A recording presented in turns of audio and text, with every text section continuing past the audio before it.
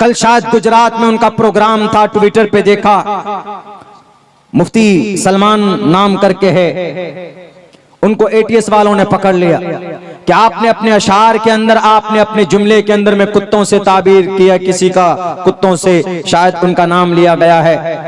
तो उनको एटीएस वालों ने पकड़ लिया कि आप भड़का रहे हैं, आपने किसका अपमान किया है। सवाल जवाब हो रहा है। टोपी और दाढ़ी वाला था, मौलाना था, सलमान नाम था, शेरवानी थी, तो आपने पकड़कर फौरन अंदर कर दिया।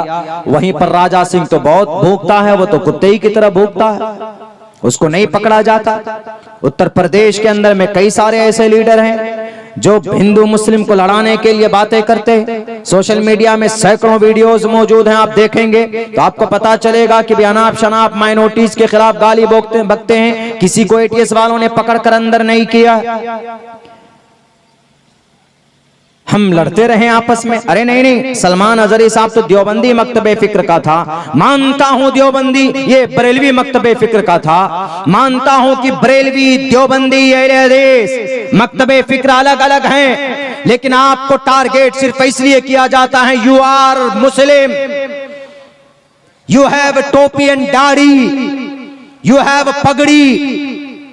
उसको इस बुनियाद पर अरेस्ट नहीं किया है कि तुम बरेलवी हो। मौलाना मुफ्ती अब्दुल समी को इसलिए नहीं पकड़ा गया था कि तुम देवबंदी हो। मौलाना कलीमुद्दीन सिद्दीकी को इसलिए नहीं पकड़ा गया था कि भाई आप नदवी हैं, आप देवबंदी हैं। मौलाना जर्जीस को इसलिए नहीं पकड़ा गया था कि भाई आप अहले हदीस के तर्जमान हैं। डॉक्टर जाकिर नायक को इसीलिए बैन नहीं किया गया कि आप अहले हदीस हैं, इसलिए टारगेट किया जाता है यू आर मुस्लिम।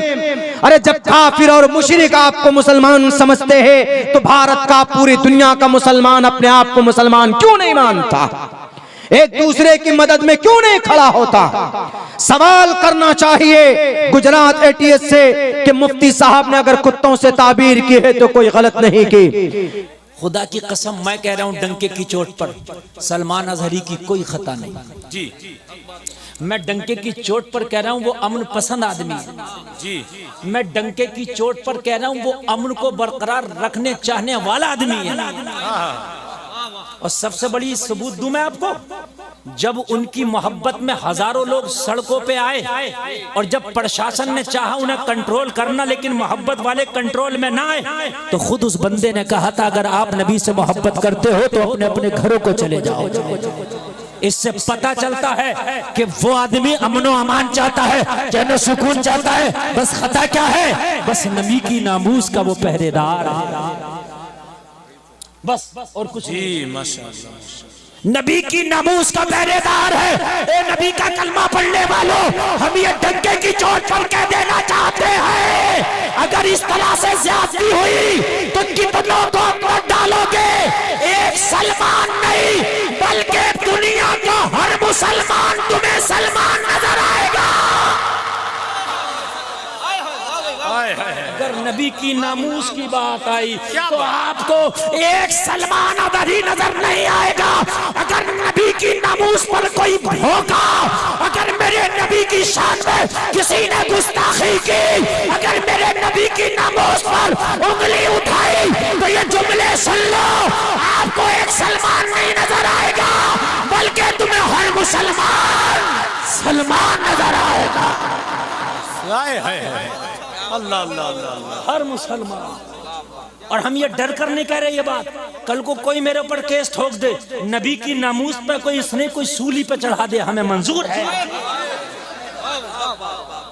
दुनिया हमारे लिए कैद खाना है। कौन कहता है मोमिन मर गया? कैद से छूटा वो अपने घर गया। समझ रहे हैं आप? यार नबी की मोहब्बत में अगर हम ना बोल सके तो यार खुदा की कसम नाम मुसलमानों जैसे रख लिए, क्या फायदा? जब नबी की मोहब्बत की बात आए, नबी की नामूस की बात आए, खड़े हो जा करो जिस काबिल भी हो।